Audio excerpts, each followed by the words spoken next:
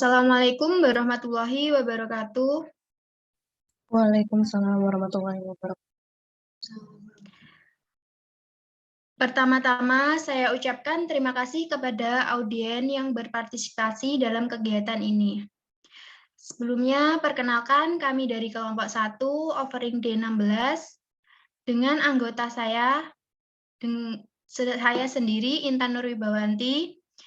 Yang kedua, Alivia Putri Yuanika. Yang ketiga, Alenta Elsa Briana. Yang keempat, Arvina Pradita Mufidatul Husna dan Naila Ginting Khairunisa BR.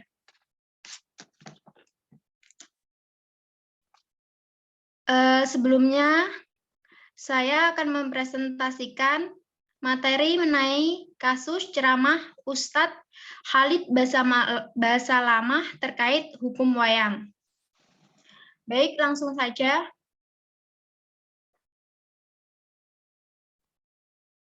Next. Rumusan masalah materi. Pengertian wayang. Sejarah wayang di Indonesia. Jenis-jenis wayang di Indonesia. Fungsi kesenian wayang. Peran wayang dalam penyebaran Islam di Indonesia. Dan kasus ceramah Ustadz Khalid Basalamah terkait hukum wayang. Pengertian wayang. Menurut Kamus Besar Bahasa Indonesia (KBBI), wayang merupakan boneka tiruan orang yang terbuat dari pahatan kulit atau kayu dan sebagainya, yang dapat dimanfaatkan untuk memerankan tokoh pada pertunjukan drama tradisional Bali, Jawa, Sunda, dan lainnya. Biasanya dimainkan oleh seseorang yang disebut dalang. Dalam buku karya Sri Mulyono, dijelaskan bahwa wayang dalam bahasa Jawa, kata ini berarti bayangan. Dalam bahasa Melayu disebut bayang-bayang, dan bahasa Aceh bayeng. Dalam bahasa Bugis, wayang atau bayan. Dalam bahasa Bikol, dikenal kata baying artinya barang, yaitu apa yang dilihat nyata. Akar kata dari wayang adalah yang. Akar kata ini bervariasi dengan yung, yong. Antara lain terdapat dalam kata layang, terbang. Doyong, miring, tidak stabil. Royong, selalu. Bergerak dari satu tempat ke tempat lain. Poyang, payingan. Berjalan, sempoyongan. Itu tenang. Dan sebagainya. Dengan memperbandingkan berbagai pengertian dari akar kata yang beserta variasinya, dapat dikemukakan bahwa definisi wayang pada dasarnya adalah tidak stabil, tidak pasti, tidak tenang, terbang, bergerak ke sana, ke sini, kian kemari. Baik, selanjutnya akan dilanjutkan oleh teman saya. Baik, selanjutnya yaitu sejarah wayang di Indonesia. Menurut berbagai sumber dan ditinjau dari sejarah yang ada, asal mula wayang diperkirakan berasal dari tahun 1500 sebelum Masehi. Wayang dilahirkan oleh para nenek moyang suku Jawa pada masa lampau yang diperkirakan saat itu hanya terbuat dari rerumputan yang diikat sehingga bentuknya sangatlah sederhana. Wayang sendiri biasanya digunakan dalam upacara pemujaan roh leluhur serta upacara-upacara adat Jawa. Kemudian pada periode berikutnya, pembuatan wayang mulai menggunakan bahan lain seperti kulit binatang buruan dan kulit kayu. Adapun wayang kulit tertua diperkirakan berasal dari abad ke-2 Masehi. Untuk bukti pertama keberadaan wayang sendiri ada dalam catatan sejarah, yaitu pada sebuah prasasti yang berasal dari tahun 930 yang menyebutkan keberadaan Galigi Mawayang. Galigi merupakan seorang penampil yang sering diminta menjadi penggelar pertunjukan ketika ada acara atau upacara penting. Pada saat itu, dia akan membawakan sebuah cerita tentang Bima, yaitu seorang kesatria dari kisah Mahabharata.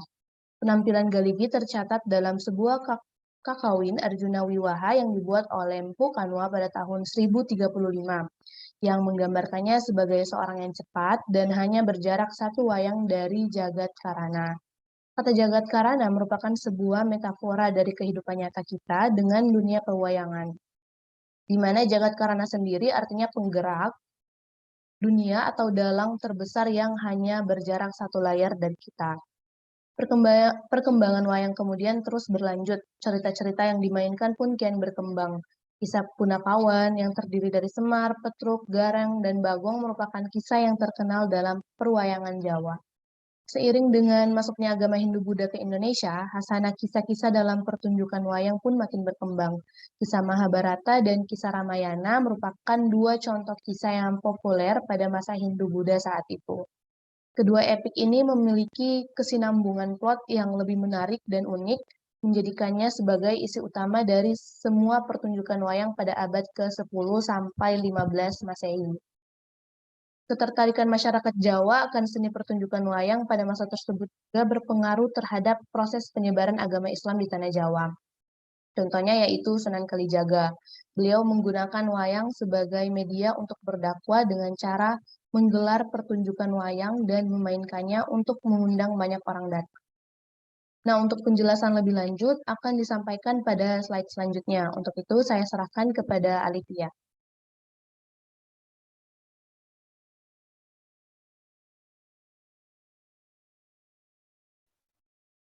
Jenis-jenis wayang di Indonesia. Ada banyak sekali jenis wayang yang terdapat di Indonesia. Berikut ini adalah beberapa jenis wayang yang ada di Indonesia, yaitu 1. Wayang beber. Wayang beber merupakan salah satu wayang tertua di Indonesia. Dalam pertunjukan ini, wayang berbentuk lembaran gambar dinarasikan oleh seorang dalang. Wayang jenis ini berasal dari Donorojo, Pacitan, Jawa Timur. Wayang beber sering digunakan kisah Mahabharata ataupun kisah rakyat, kisah asmara haji. Yang kedua, wayang kulit. Wayang kulit adalah seni tradisional Indonesia yang berkembang terutama di Jawa Tengah dan Jawa Timur. Wayang kulit ini berbentuk pipih yang dibuat dari kulit kerbau atau kulit sapi. Umumnya, pertunjukan wayang ini dipimpin oleh seorang dalang yang memainkan cerita dari balik kain putih dan disorot dengan lampu dan diiringi musik dari gamelan.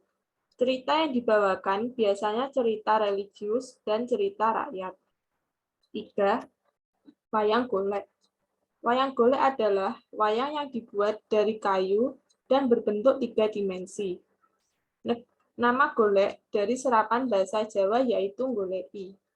Maksudnya adalah diharapkan setelah menonton wayang, penonton bisa mencari atau goleki intisari atau inti dari cerita.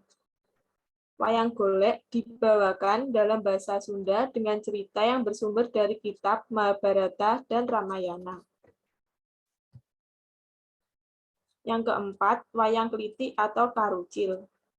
Wayang klitik terbuat dari kayu, hanya beberapa ketebalannya dengan wayang golek. Wayang klitik lebih tipis dan ringan dibanding wayang golek. Disebut wayang klitik karena ketika dimainkan, pada gesekan kayu timbul suara klitik-klitik.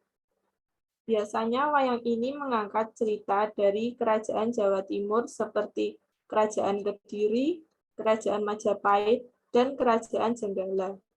Yang kelima yaitu wayang golek, wayang wong atau wayang orang. Wayang wong merupakan salah satu seni pertunjukan tradisional Jawa, khususnya Jawa Tengah. Pertunjukan jenis wayang ini mirip seperti pertunjukan teater musikal yang mengangkat cerita Ramayana dan Mahabharata yang mengandung pesan moral yang disesuaikan dengan kebudayaan setempat. Adapun fungsi kesenian wayang yang pertama, sebagai wadah untuk melestarikan daerah serta cerita-cerita tradisional. Sebagai penggambaran antara dua kelompok yang berbeda yaitu dengan watak yang baik dan yang buruk. Yang ketiga, sebagai sarana menanamkan jiwa sosial karena biasanya pagelaran wayang diadakan besar-besaran dan mengumpulkan banyak masyarakat. Yang keempat, sebagai media untuk hiburan rakyat. Yang kelima, sebagai sarana pendidikan budi pekerti karena memberikan pesan-pesan dan amanat di dalam ceritanya. Yang keenam, sebagai alat penyebaran agama Islam di Indonesia oleh Sunan Kalijaga. Yang selanjutnya akan dilanjutkan oleh teman saya.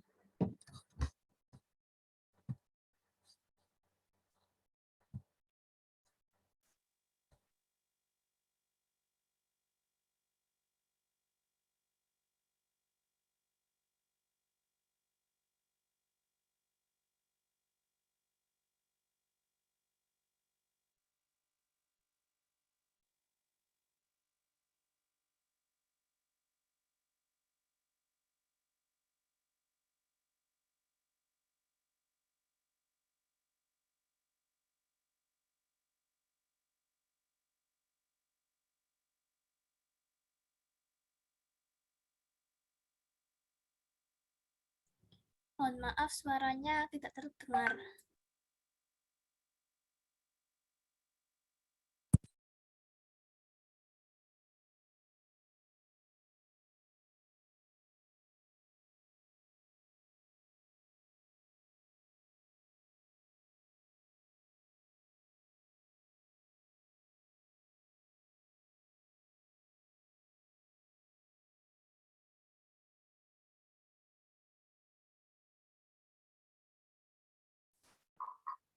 Apakah sudah bisa didengar?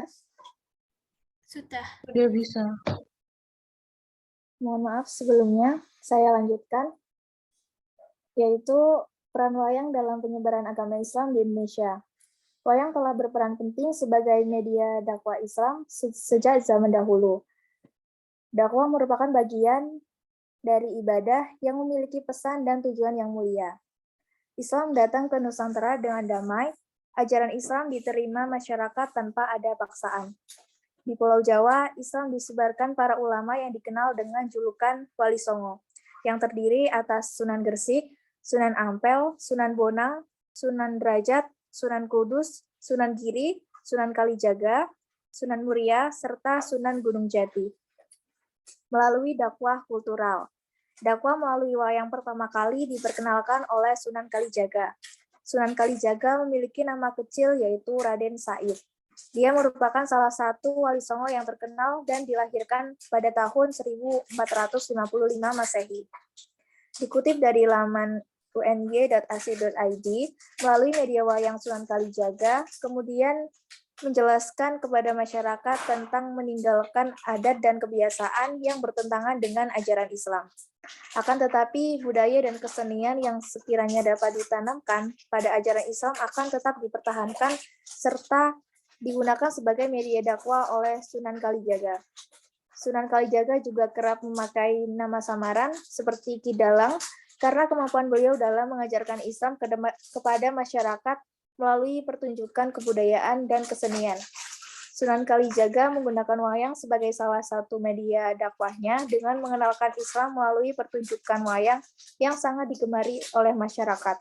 Pada saat itu, Sunan Kalijaga berdakwah menyebarkan ajaran Islam sebagai dalang yang berkeliling di wilayah Pajajaran hingga Majapahit. Tidak hanya sebagai dalang wayang, Sunan Kalijaga juga menjadi dalang pantun. Next. Menurut pengasuh, sebelumnya,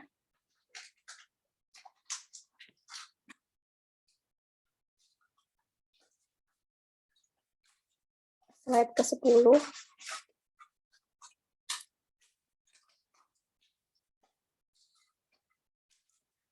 melalui syair atau kidung berbahasa Jawa, Sunan Kalijaga mengajak masyarakat lebih mendalami agama Islam, lebih mendekatkan kepada Allah, misalnya yaitu tembang Ilir-Ilir. Kidung Rumeksa Inguni begitu populer di masyarakat hingga saat ini. Sejatinya, wayang merupakan media yang digunakan Wali Songo untuk menyebarkan Islam di Nusantara. Selain lakon Dewa Ruci, Sunan Kalijaga juga memunculkan tokoh-tokoh wayang seperti Semar, Gareng, Petruk, dan Bagong yang telah diselusupi ajaran-ajaran Islam. Dalam menjadi dalang, Sunan Kalijaga memaparkan ajaran tasawuf saat memainkan wayang, terutama saat lakon Dewa Ruci. Hal ini menyebabkan masyarakat dari seluruh lapisan menjadi senang. Penggunaan pertunjukan wayang sebagai media penyebaran Islam oleh Sunan Kalijaga. Hal tersebut menunjukkan keahlian beliau dalam memadukan ajaran Islam dengan unsur budaya masyarakat. Oleh karena itu, kebudayaan dan kesenian merupakan sesuatu yang tidak dapat lepas dari masyarakat. Melalui wayang inilah Sunan Kalijaga menanamkan nilai ketauhidan, ajaran syariat, serta nilai akhlak berlandaskan ajaran Islam. Dari ajaran Islam Sunan Kalijaga ini, Islam Nusantara dan moderat tumbuh di Jawa.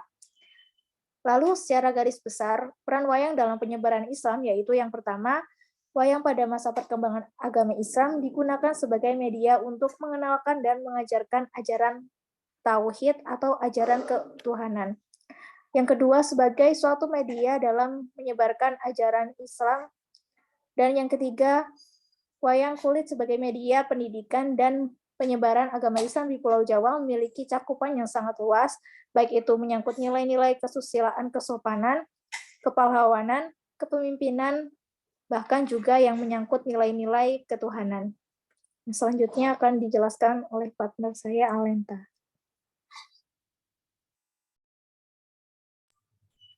Baik, selanjutnya, kasus ceramah Ustadz Khalid Basalamah terkait hukum wayang. Awal mulanya, kasus ini dimulai dari Ustadz Khalid Basalamah menjawab pertanyaan jamaahnya yang mengaku menyukai wayang dan bagaimana dapat profesi dalang. Ustadz Khalid Basalamah menjawab dan menekankan agar tidak keluar dari norma agama. Islam menurutnya harus menjadi budaya, bukan sebaliknya. Dia menjelaskan jika mengislamkan budaya justru membuat repot. Pertimbangannya, budaya banyak sekali dan standar yang mana yang harus dipegang. Ustadz Khalid Basalamah juga merespon pertanyaan mengenai topat dalang perwayangan. Menurutnya, jika dalang masih menyimpan wayang di rumahnya, maka sebaiknya dimusnahkan saja dalam arti ditinggalkan. Karena hal ini, ada banyak reaksi yang muncul. Pemerhati budaya asal Keraton Kasunanan Surakarta, KGPH Dipokusumo, mengatakan wayang justru merupakan salah satu alat yang digunakan untuk syiar Islam. Dekan Fakultas Seni Pertunjukan Institut Seni Indonesia, ISI Solo, Sugeng Nugroho menjelaskan wayang sudah ada sejak era prasejarah, yakni di zaman animisme dinamisme. Ketika Hindu masuk dibagi Hindu, karena sudah mengakar di hati masyarakat Jawa, para wali memakai wayang dengan cerita yang sudah disesuaikan dengan agama Islam. Di masa Wali Songo, banyak tokoh yang kemudian disesuaikan dengan Islam. Misalnya Dewa Siwa, Wisnu, dan Brahma yang merupakan Trimurti, kemudian diubah sebagai keturunan Nabi Adam. Persatuan Pedalangan Indonesia, Pepadi, Ex-Karisidenan Banyumas, mengatakan akan melaporkan dakwah Khalid Basalamah terkait ceramah itu ke Bareskrim Mabes Polri. Koordinator Wilayah Korwil Pepadi Ex-Karisidenan Banyumas, Bambang Barata Aji menyebut dirinya sudah berkoordinasi dengan Bupati Jawa Tengah dan Jawa Timur.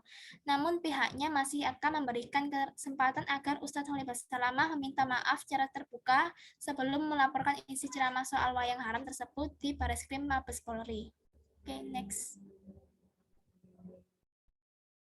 Namun pada akhirnya Ustadz Khalid Basalamah minta maaf atas ceramahnya. Dalam akun resmi Instagramnya, Ustadz Khalid menegaskan dalam jawaban di potongan video yang viral tersebut, tidak ada kata-katanya yang mengharamkan wayang. Ia menyampaikan hanya mengajak agar menjadikan Islam sebagai tradisi. Khalid menjelaskan bahwa dirinya tidak pernah secara gamblang menyebut wayang haram dalam ceramahnya. Ia mengaku hanya menyampaikan saran agar menjadikan Islam sebagai tradisi, bukan sebaliknya, tradisi sebagai Islam. Ustadz Khalid Basalamah menyarankan bahwa menurutnya tidak ada masalah dengan tradisi yang sejalan dengan Islam. Namun jika bertentangan dengan Islam, maka sebaiknya ditinggalkan. Ia juga menjelaskan tentang potongan video kedua mengenai pertanyaan terkait tobatnya seorang dalang. Khalid mengatakan bahwa itu sama dengan pertanyaan bagaimana tobatnya seorang pedagang, seorang guru, dan merupakan sebuah profesi. Dia mengatakan bahwa umumnya kaum muslimin kalau bertobat dan setiap muslim pasti akan bahagia. Senang kalau diajak bertobat. Dan jawabannya memang taubat nasuha. Kembali pada Allah dengan taubat yang benar. Kemudian terkait potongan video soal wayang yang harus dimusnahkan, ia menjelaskan pernyataan itu hanya sebatas saran untuk individu. Khalid mengaku tidak punya pikiran untuk menghapus wayang dari sejarah Indonesia maupun menyuruh dalang-dalang untuk bertaubat. Next. Menurut pengasuh Pondok Pesantren Al-Bajah Cirebon, Buya Yahya menyebut wayang sudah ada sebelum Islam ada di Indonesia. Wali Songo menggunakan wayang sebagai salah satu sarana berdakwah. Sunan Kalijaga menjadi salah satu pelopor dakwah menggunakan wayang. Selain itu, banyak cerita syirik yang diubah. Salah satunya memasukkan tokoh punakawan. Buya menyebutkan sebagai upaya mengislamkan budaya. Lalu Buya Yahya juga menyinggung tentang bentuk wayang yang gepeng karena terbuat dari kulit.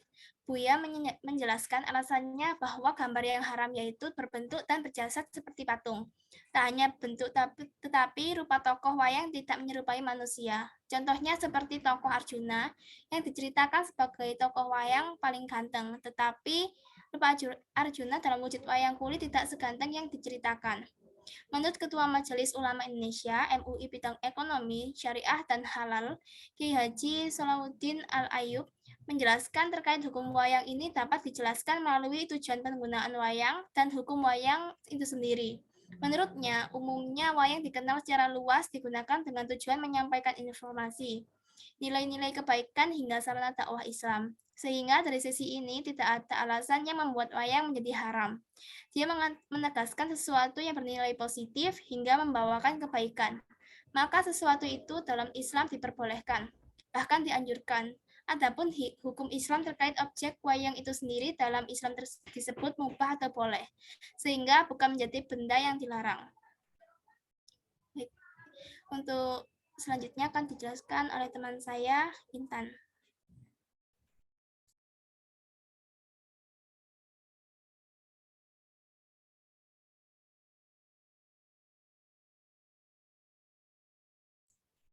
Next.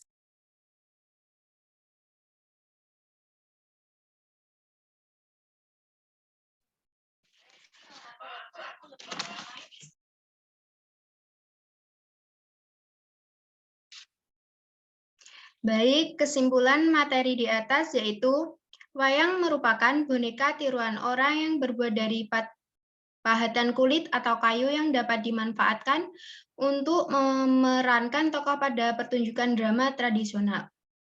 Pada tahun sebelum Masehi, wayang merupakan seni yang sangat diminati oleh masyarakat.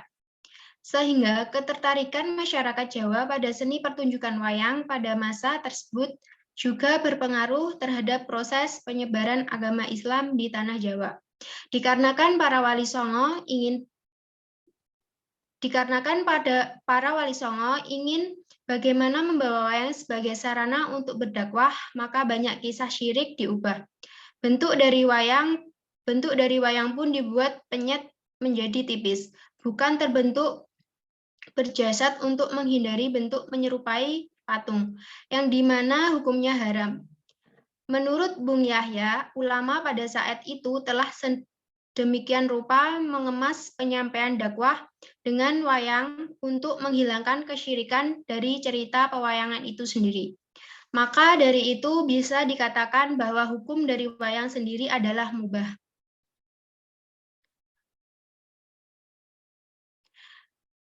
Baik, dari materi kami ada yang ditanyakan.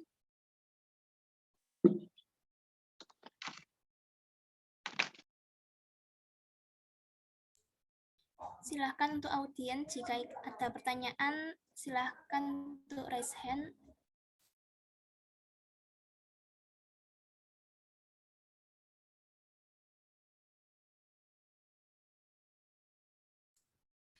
Baik, untuk saudari Rizky Maulida, silahkan.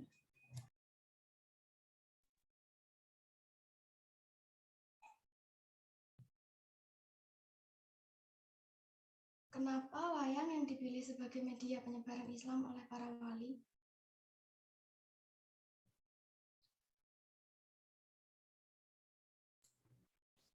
Baik, pertanyaan akan kami tampung dulu. Selanjutnya, jika audiens ingin bertanya, silakan raise hand.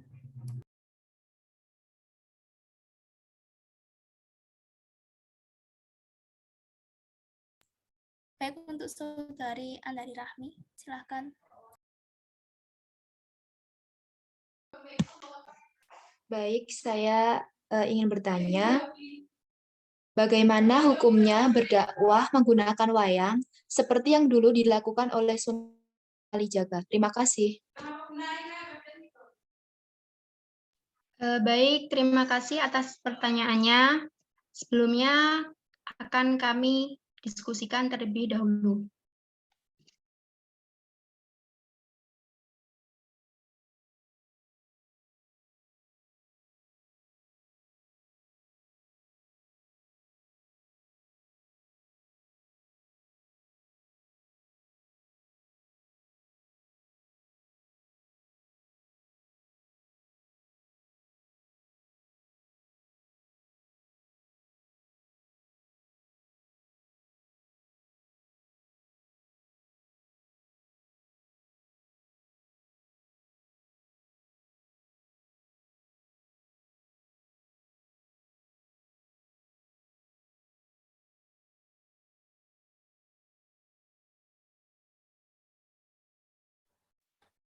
Baik, di sini saya akan menjawab pertanyaan dari Rizky.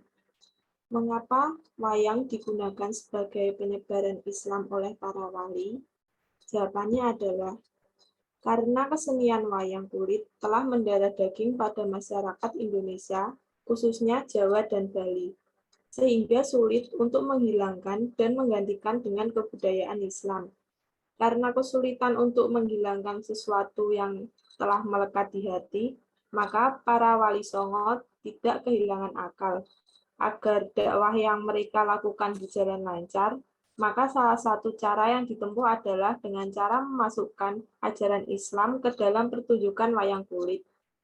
Sunan Kalijaga mementaskan wayang kulit dengan cerita dan dialog sekitar tasawuf dan akhlakul karimah untuk melemahkan masyarakat yang pada waktu itu beragama Hindu dan Buddha yang diajarkan berpusat pada kebatinan.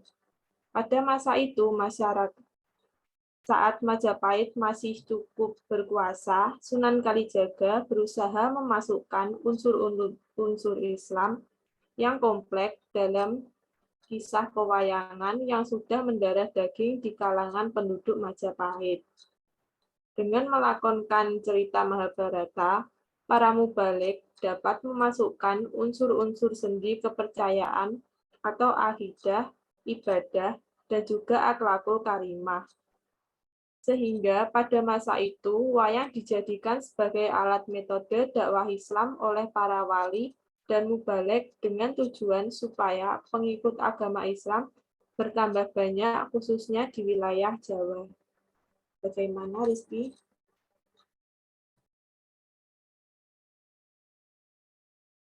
Baik, terima kasih.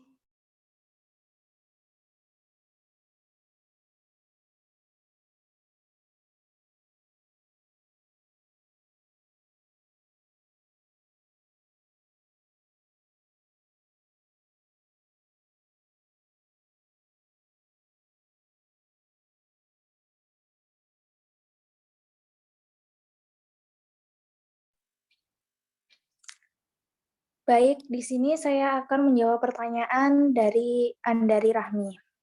Di mana pertanyaannya yaitu bagaimana hukumnya berdakwah menggunakan wayang seperti yang dulu dilakukan oleh Sunan Kalijaga. Jadi hukum berdakwah menggunakan wayang seperti yang dilakukan oleh Sunan Kalijaga adalah mubah atau boleh-boleh saja. Karena yang dilakukan oleh Sunan Kalijaga adalah pendekatan budaya, di mana pada saat Sunan Kalijaga memainkan wayang, Sunan Kalijaga memaparkan ajaran tasawuf. Ajaran tasawuf adalah ajaran bagaimana menyucikan jiwa, menjernihkan akhlak, membangun zahir dan batin, serta untuk memperoleh kebahagiaan abadi. Jadi, jika sarananya apapun bentuknya, jika dengan itu kita bisa melakukan kebaikan atau dilakukan dalam hal-hal positif, maka hukumnya boleh-boleh saja. Terima kasih. Apakah bisa diterima, Andari, Rahmi? Baik, terima kasih untuk penjelasannya. Saya izin Sama-sama. menambah dari jawabannya Arvina. Seperti yang sudah disampaikan sebelumnya, Bu Yayahnya menjelaskan wayang digunakan para wali pada saat itu sebagai suatu media dakwah. Seandainya tanpa wayang pun bisa tidak ada masalah. Hanya saja pada saat itu, wayang merupakan seni yang saat itu betul-betul sedang disenangi masyarakat. Maka dari itu, Sunan Kalijaga lebih memilih untuk menggunakan wayang. Untuk sekarang ini kan sudah banyak media dakwah lainnya yang memang sudah dijamin hukumnya. Maka dari itu, kita bisa memanfaatkan media tersebut dengan sebaik mungkin dan tidak hanya berfokus mempermasalahkan satu media dakwah saja. Sekian, terima kasih. Saya kembalikan kepada moderator.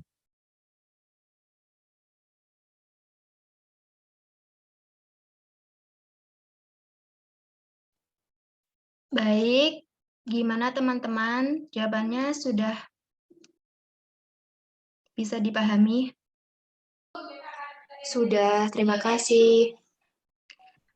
Baik, terima kasih. Sekian presentasi dari kami. Terima kasih atas kehadiran audiens di sore hari ini. Apabila ada salah kata, mohon maaf yang sebesar-besarnya. Wassalamualaikum warahmatullahi wabarakatuh.